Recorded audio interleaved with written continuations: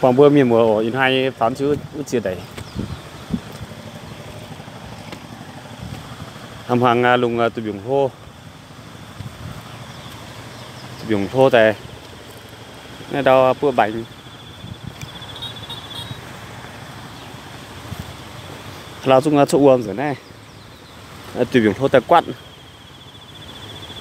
quan bữa cái này mình rồi này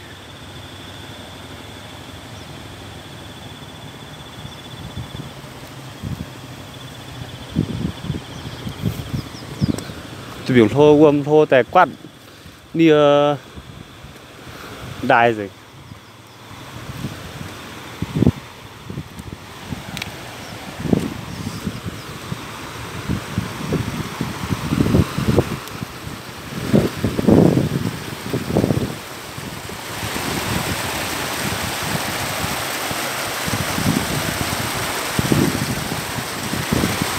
này ổ miền bộ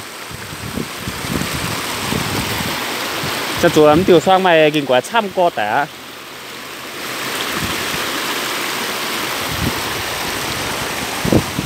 yeah phao mảng ha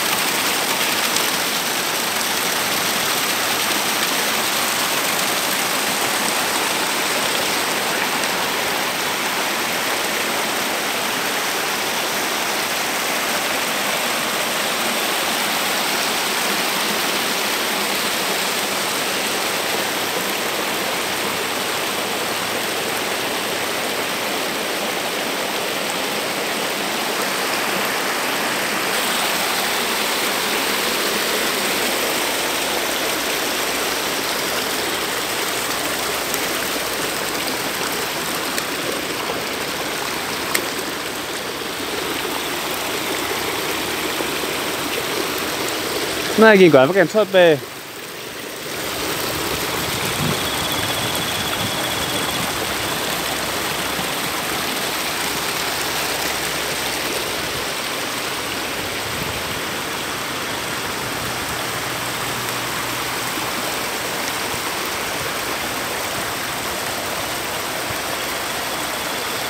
này từ biển thô tè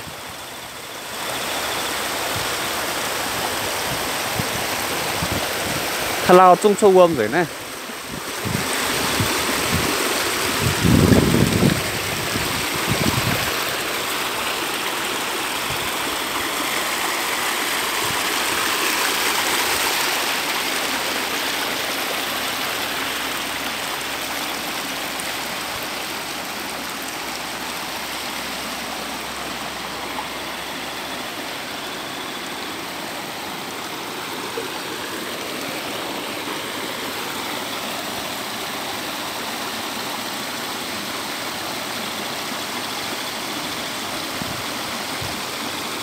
nhưng phải gì nó kỳ quái á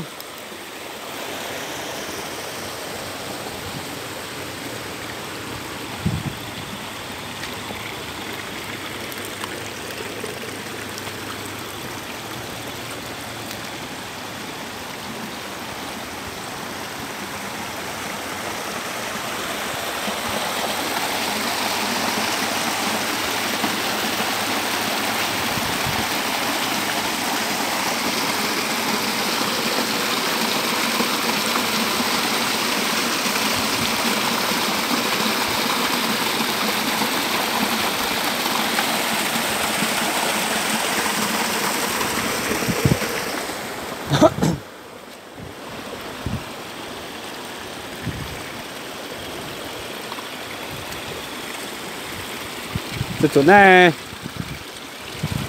giờ tụi biển sẽ kinh quá出參過嘅，個天花板，養到嚇。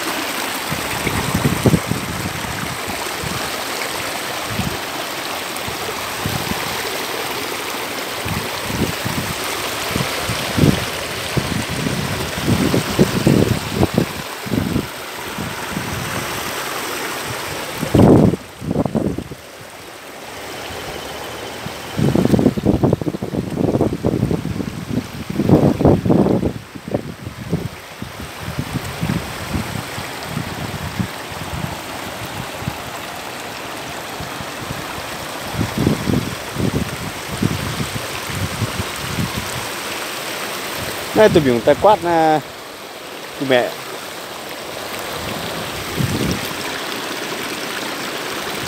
Này quát của mẹ chúng đoát rồi nè. Của mẹ chúng rút rồi nè. Tụi mình thô hả?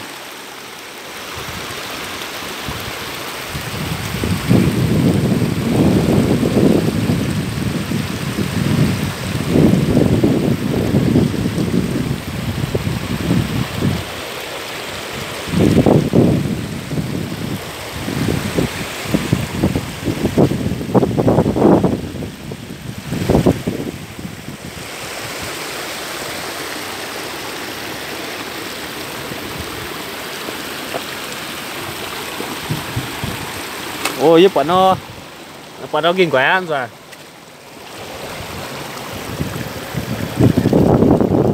Đâu đâu mà nó kinh quá.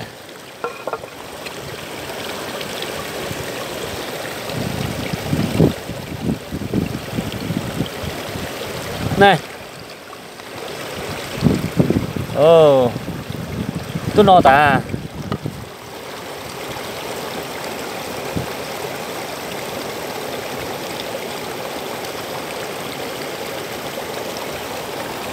Này đó.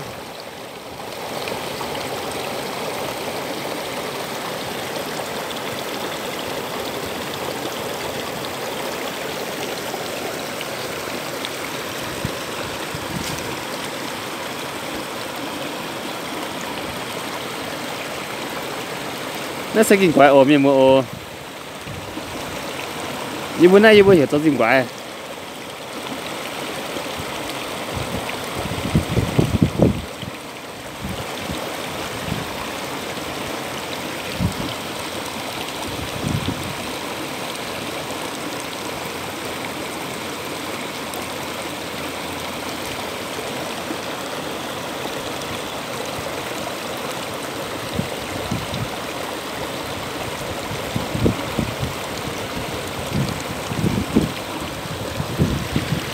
Nó nàyกี่วันmau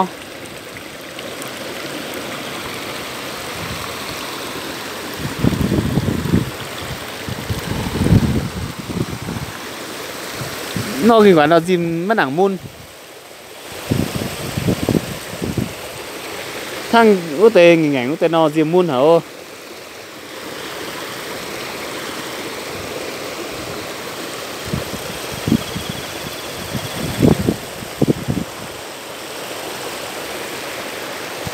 cái gì nó giờ mặc khá đam mày nha.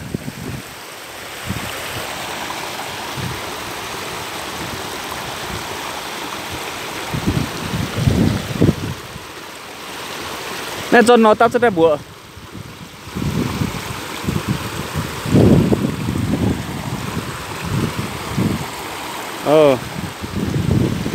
Đây phải đâu mặc khá.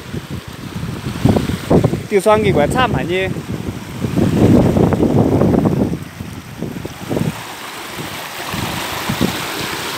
Vương thô tại mắm đẳng chiên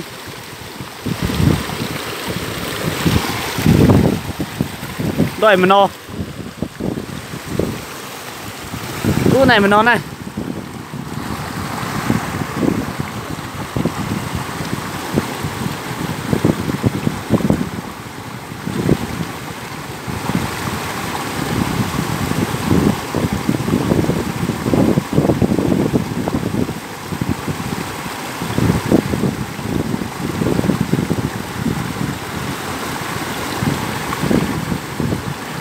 wow cho nó ta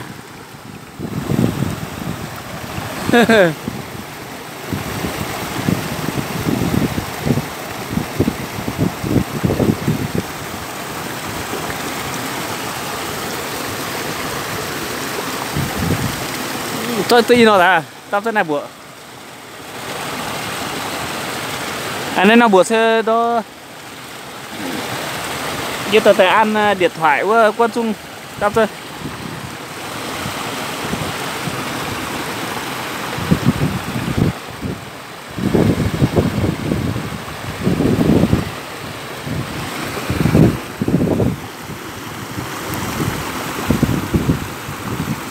tự nó làm tự tuần ạ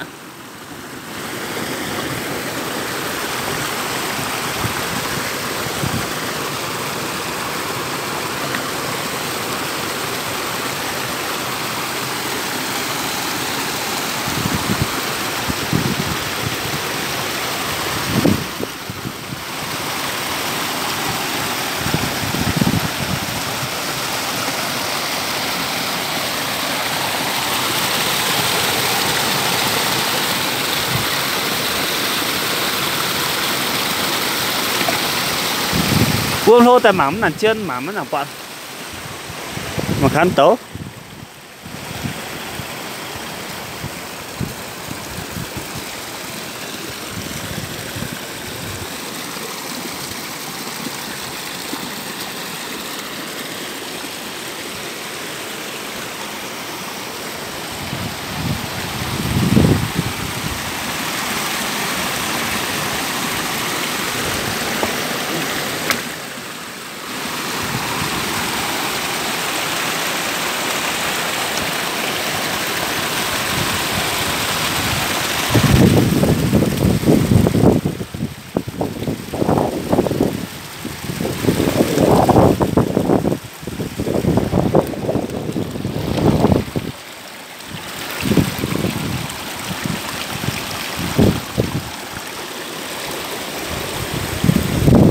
chẳng cho in nó về giải nhà về thế nào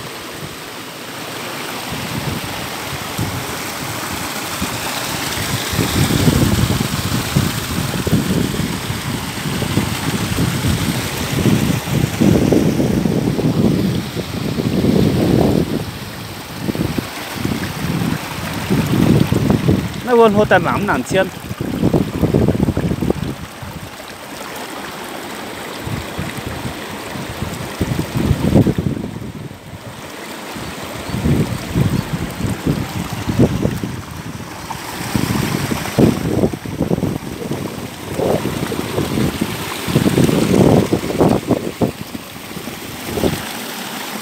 rồi nha.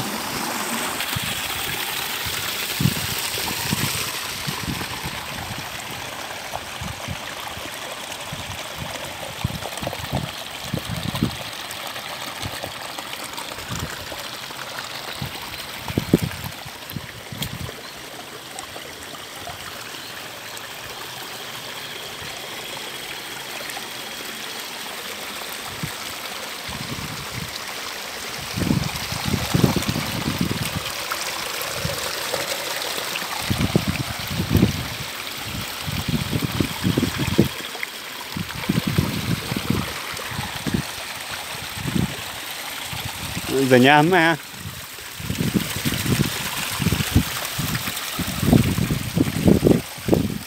tôi hai ta tốt qua inom và hít nào uông thô tại mảng cái bọn này uông thô tại mảng cái bọn thì dồn chua pha tệ bằng khác